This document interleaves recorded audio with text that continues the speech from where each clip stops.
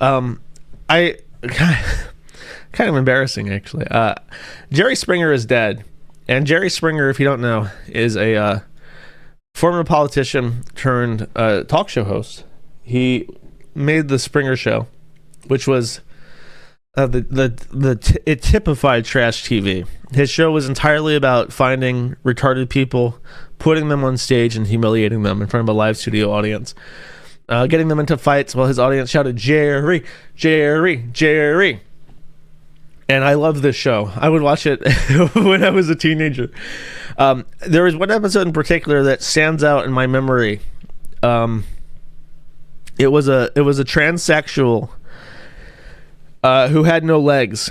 He had body dysphoria. He not only believed that he was meant to be a woman, he believed he was meant to have no legs.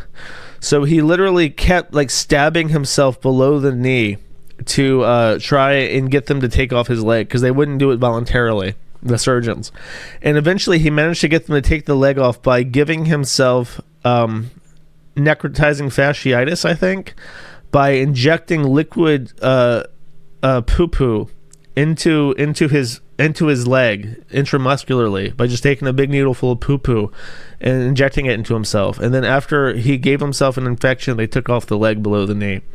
And then to do the other one, he gave up trying to convince the doctors to do it, and took a buzzsaw and dropped it on himself below the knee, and then called the police, and they patched him up. And he said he loved it. He said that he loved having no legs, and he loved being a woman. And that is the episode from the Jerry Springer Show that I remember to this day. I thought it was very interesting. So at the end of each Jerry Springer, he would have what he called his final thought. And it was a scripted thing, like a moral of the story that Jerry Springer would do every episode. And so I have written a final thought for Jerry Springer and for this episode as well, before I do the super chats. You ready? Jerry Springer was a Jewish lawyer, politician, talk show host, and an American icon. At no point in his 25-year career as ringleader was his show ever considered socially acceptable by the average American. Episodes of Jerry Springer featured men in dresses as objects of ridicule up until the day he died, but death canceled him before anyone else could. His show shaped daytime television and defined its own category of trash TV. He was often imitated and never surpassed. Dr. Phil and others pretend that they are better despite having the same format dressed up less honestly. Bring broken people out on national television so viewers can feel better about their own lives. When people reflect on Jerry Springer, it is with a mixture of contempt and admiration. His legacy is that of an entertainer, and there is an important takeaway from his career. If you have something important to say, you should be funny about it, because clowns will be remembered more than the most dour intellectuals.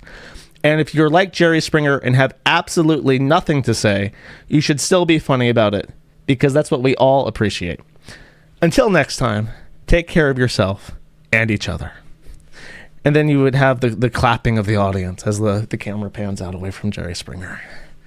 I'll miss my boy. He brought us all down to his level. He brought the IQ of this country down 20 points. Thank you. Oh my God. Thank you, Chad. I appreciate it. Jerry.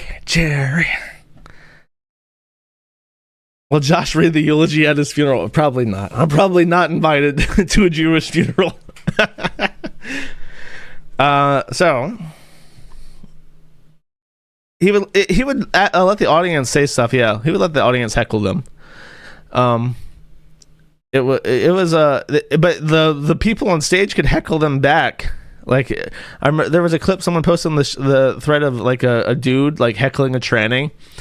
And the tranny said, "I'll fuck you up," and the dude from the audience actually got on stage and they fought. It was a great show. It was total madness. It was probably a little bit scripted and fakey fake, but nobody cares.